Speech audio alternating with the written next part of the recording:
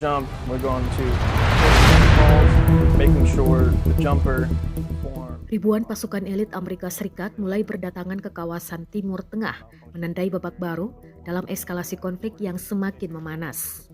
Langkah ini diambil saat pemerintahan Presiden Donald Trump tengah mempertimbangkan opsi militer lanjutan terhadap Iran, termasuk kemungkinan operasi darat yang berisiko tinggi. Dua pejabat Amerika Serikat mengungkapkan kepada Reuters pada Selasa 31 Maret 2026 bahwa ribuan personel dari Divisi Lintas Udara ke-82 Angkatan Darat Amerika Serikat kini telah mulai tiba di wilayah tersebut. Pasukan elit ini diperkuat oleh unit-unit khusus termasuk Army Rangers dan Navy SEALs yang dikenal sebagai ujung tombak operasi militer berisiko tinggi. Namun hingga saat ini mereka disebut belum menerima penugasan khusus. Secara keseluruhan, kekuatan militer Amerika Serikat di Timur Tengah kini telah melampaui 50.000 personel. Jumlah ini meningkat sekitar 10.000 dari kondisi normal, menunjukkan keseriusan Washington dalam merespon dinamika konflik. Dunia kini menanti apakah ini sekedar tekanan strategis atau awal dari operasi militer yang lebih besar.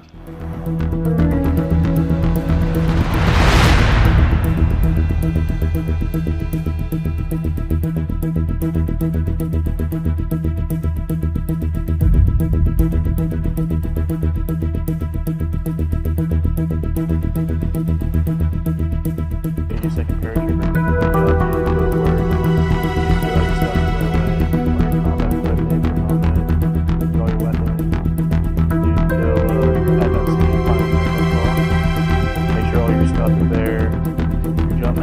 Check you if you have your dog tag, cat card, everything. Download Tribun X sekarang, menghadirkan lokal menjadi Indonesia.